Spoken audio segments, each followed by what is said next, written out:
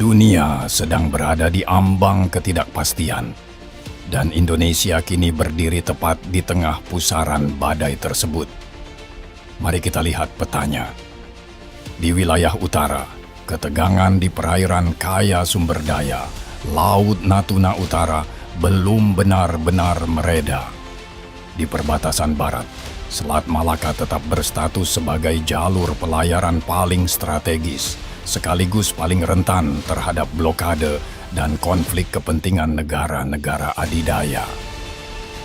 Di tengah situasi ini, pemerintah Indonesia menjalankan salah satu program modernisasi militer terbesar dalam beberapa dekade terakhir.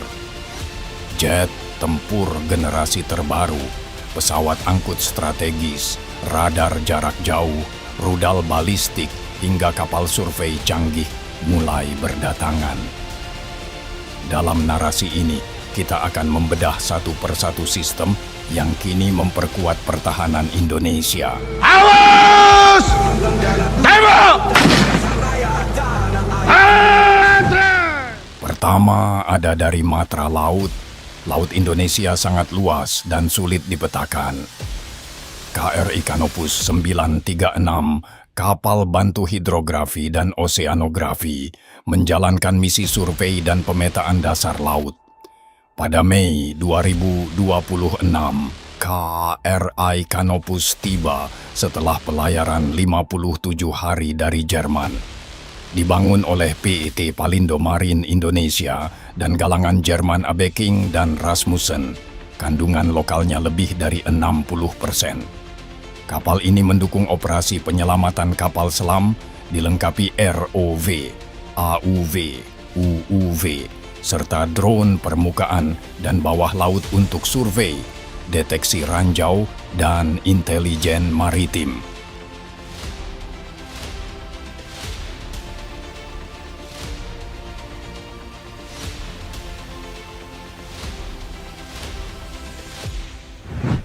Mendeteksi ancaman hanyalah setengah pekerjaan.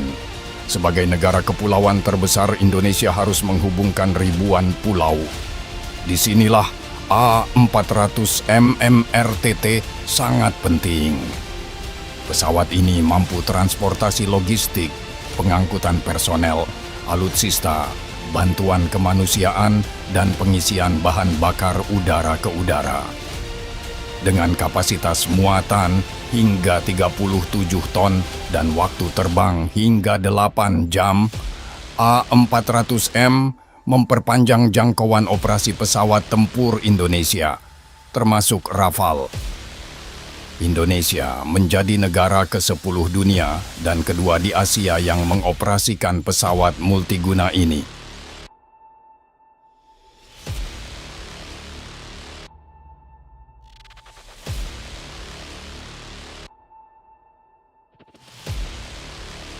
Bayangkan skenario perang modern, bukan tank atau jumlah kapal perang yang menentukan hasil, melainkan siapa yang menguasai langit. Inilah alasan Indonesia mengeluarkan dana besar untuk mendatangkan Rafale dari Prancis. Pada Mei 2026, Presiden Prabowo menerima 6 unit pertama Rafale, jet tempur generasi 4,5 yang akan menjadi tulang punggung kekuatan udara Indonesia.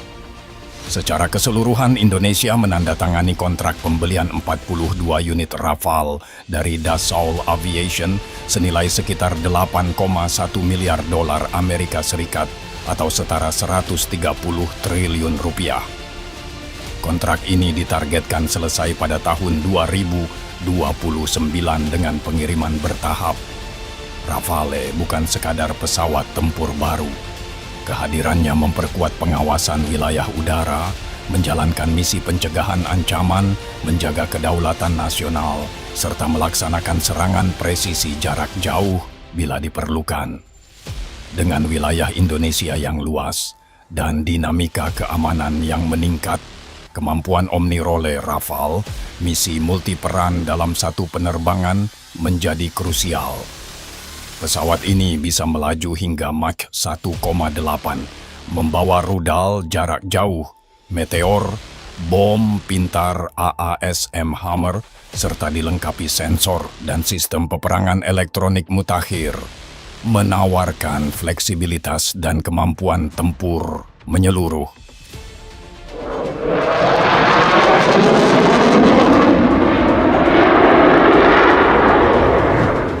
Rudal secanggih apapun tidak berguna jika ancaman tidak terdeteksi. Indonesia memperkuat pengawasan udara melalui Ground Control Interception GM403. Hasil kerjasama PT Land Industri dan Thales Prancis. Indonesia menandatangani kontrak pengadaan 13 unit GEM 403 senilai sekitar 5,8 triliun rupiah. 2 unit telah beroperasi, sisanya dalam proses produksi. GEM 403 mampu mendeteksi, melacak, dan mengidentifikasi objek yang memasuki wilayah udara nasional sekaligus mengarahkan pesawat tempur untuk pencegatan.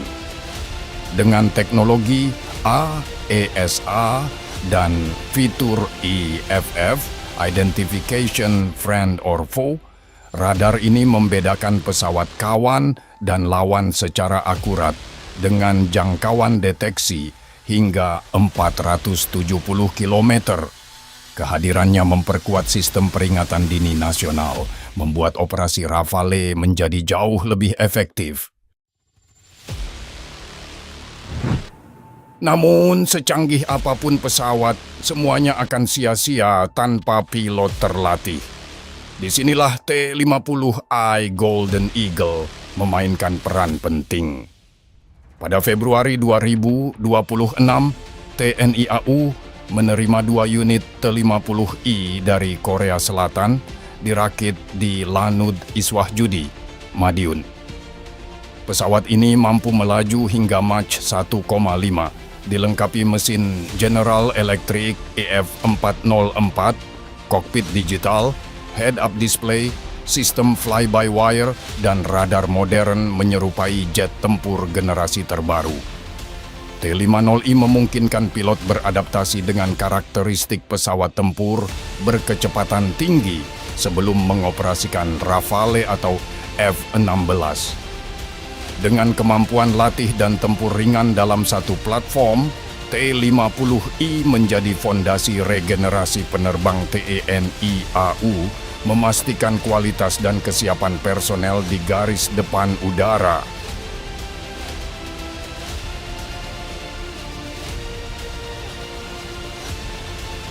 Mencegah konflik lebih efektif daripada berperang. Filosofi ini melahirkan konsep deterrence, dan rudal Khan adalah instrumen terbaru Indonesia. TNI AD memperkuat kemampuan serangan jarak jauh dengan Khan, misil sistem buatan Turki. Batch pertama diterima pada September tahun lalu dengan kekuatan setara 1 batalion. Khan merupakan rudal balistik taktis dengan jangkauan 80 sampai 280 km dan hulu ledak high explosive.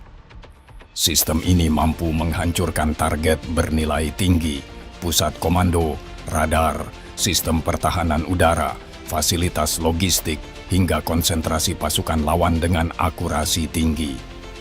Penempatannya di Kalimantan Timur memberikan cakupan operasi luas sesuai konsep pertahanan Indonesia, menambah opsi respons cepat terhadap potensi ancaman.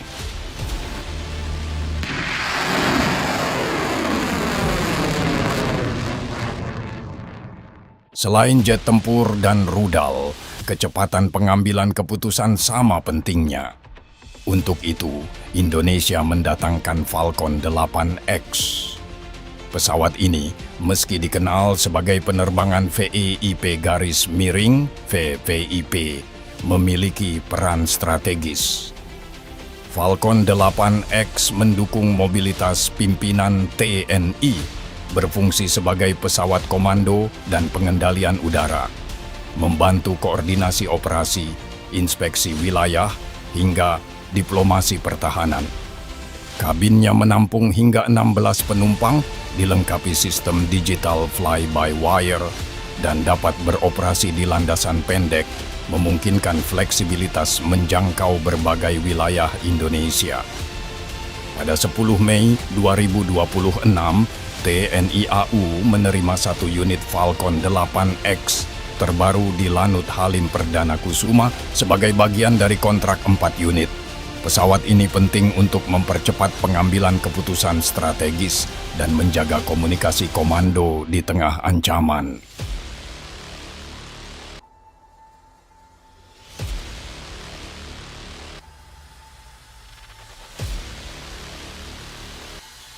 Mengapa semua sistem ini dibeli hampir bersamaan? Jawabannya terkait ancaman berkembang. Laut Natuna Utara menghadapi dinamika keamanan kompleks. Selat Malaka tetap jalur perdagangan vital dan rivalitas AS Cina di Indo-Pasifik membuat kawasan strategis sekaligus rentan. Pengadaan Rafale, Kah-An, A400M, radar GM403, dan KA-Air Canopus memperkuat daya tangkal nasional dan industri pertahanan dalam negeri. Namun, tantangannya besar.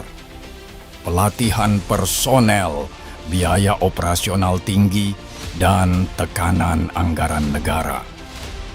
Modernisasi ini bisa menjadi langkah visioner jika menciptakan kekuatan berkelanjutan. Namun, tanpa pengelolaan tepat, potensi pertaruhannya besar.